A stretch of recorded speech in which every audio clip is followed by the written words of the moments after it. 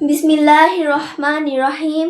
হে সমস্ত জগতবাসী, আজ আমি আয়েশা চিস্তি আপনাদের সামনে উপস্থিত হইলাম আমাদের বিশ্ব আধ্যাত্মিক জ্ঞান চঞ্চার দরবার শরীফ হইতে আমার পিতা শামীম আলী চিস্তির সেই শিক্ষাগুলো থেকে রমজান মাস সম্পর্কে কিছু কথা বলবো।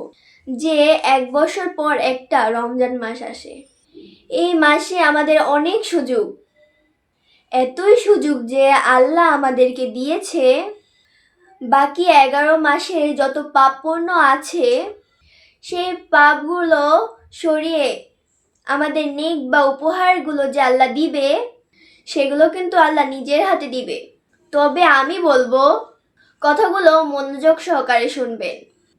যে দেখেন, মানুষ যখন রমজান মাসে রোজাগুলো রাখে, ওই রোজা অবস্থায় দেখা যায় একটা মিথ্যা বলতে গেলে মুখে বাজে আমি রোজা, একটা খারাপ দৃষ্টি করতে গেলে মনে হয় যে আমি রোজা, অফিস আদালতে ঘুষ খাইতে গেলে মনে হয় যে আমি রোজা। তখনই কিন্তু সেই পাপ কাজগুলো করা হয় না। এখানেই বলা হয়েছে রমজান মাসে শয়তান বান্দা পড়ে যায়। আজকের কথার ফায়সালা এটি হবে, শয়তান কিভাবে বান্দা পড়ে যায়। শয়তান বান্দা পড়ে যায় এই কারণেই, মানুষ যখন সারাদিন উপবাস করে তখন মানুষ দেহের ভিতরে 6 রিপু, 10 ইন্দ্রিয়, জ্ঞান, মন, বিবেক সমস্ত কিছু জীর্ণ শীর্ণ হয়ে যায়। তখন এত দুর্বল হওয়ার পরেও মানুষ কিন্তু রোজা ছাড়ে না এবং হরদম জিকিরও ছাড়ে না। তখন আস্তে আস্তে কি ঘটতে থাকে, মানব দেহের মধ্যে জীবাত্মা 6 রিপু, 10 ইন্দ্রিয় দুর্বল যখন হয়ে যায় তখন আস্তে আস্তে ভিতর থেকে পরমাত্মা জাগ্রত হতে থাকে। আর যখন পরমাত্মা জাগ্রত হয়ে যায় তখন সেই মানুষটা যদি মুখে কিছু বলে, দেখো ফলে। হে সমস্ত জগতবাসী, এই আয়েশা চিস্তি বলে, যদি কেউ এই রমজান মাসে সঠিকভাবে চলে, হে সমস্ত জগতবাসী, আজকে এই কথাটিও আপনাদেরকে বলবো, আল্লাহ নিজের হাতে কিভাবে পুরস্কার দেয়। তাহলে আপনারাই বলুন, যাকে আল্লাহ নিজের হাতে পুরস্কার দিল তাদের জন্যই তো ঈদ, আর ঈদ মানেই আনন্দ।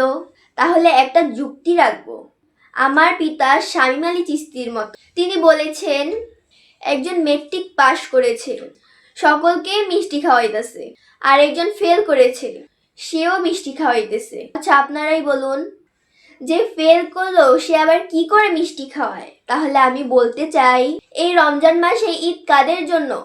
যারা আল্লাহর হাত থেকে পুরস্কার পেয়েছে রোজার। হে সমস্ত জগতবাসী, যারা আল্লাহর হাত থেকে পুরস্কার পায়নি তারা কি করে আবার ঈদ পালন করে, আনন্দ করে?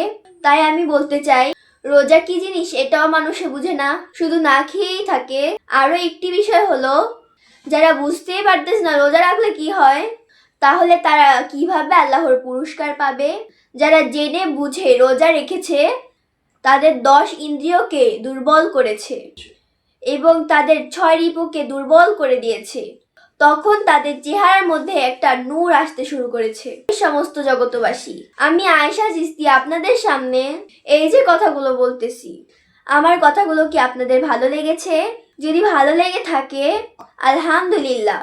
আরো কিছু বলবো, শরীয়তের লোকেরা একটা কথা বলে থাকে, রোজা রাখলে আল্লাহ খুশি হয়। না বাবা না, রোজা রাখলে আল্লাহ খুশি হয় কেমন করে? এখন আমি আপনাদেরকে যে কথাটি বুঝাতে চাইবো, রোজা রাখলে যদি আল্লাহ খুশি হয়, সূরা মাউনের মধ্যে আল্লাহ কেন বললেন, দূর হোক সেই নামাজকারী, দূর হোক সেই ইবাদতকারী যারা এতিমের গলা ধাক্কা দেয়। তার মানে সেই এতিমরা যখন ক্ষুধার্ত থাকে তখন এটাই ঘটে, সেই এতিমের কষ্টটাও আল্লাহর কষ্ট হয়। তাহলে মানুষ যখন রোজা রাখবে সেই মানুষগুলার কি কষ্ট হবে না? তাহলে তো আল্লাহরও কষ্ট হবে। আসলে মূলত বিষয়টি কিন্তু এটা নয়। আসল যে বিষয়টি সেটি হলো যে অনেকে বলে থাকে রোজা রাখলে আল্লাহ খুশি হয়। আসলে মোটেও নয়। রোজা রাখলে এর একটা অর্থ আছে, সংযমের মাস। তাহলে আমি আমাকে সংযম করব, আমার খারাপ দিকগুলোকে আমি সংযত করব। হে সমস্ত জগতবাসী, আমি যদি আমাকে সংযত করতে পারি তাহলে আল্লাহ খুশি, শুধু না খেয়ে থাকলে নয়। হে সমস্ত জগতবাসী, আমার কথায় কি আপনারা কষ্ট পেয়েছেন? একটু পেঁচিয়ে গুছিয়ে বলেছি। অনেকে সহজ কথা বলে জানি, তো একটু আনন্দ দেওয়ার জন্য বলেছি। কোনো কথায় ছন্দ মিলিয়েছি। যারা আল্লাহর পথের পথিক তাদেরকে শ্রবণ করিয়েছি। আল্লাহ আমাকে দিয়া করে আছে।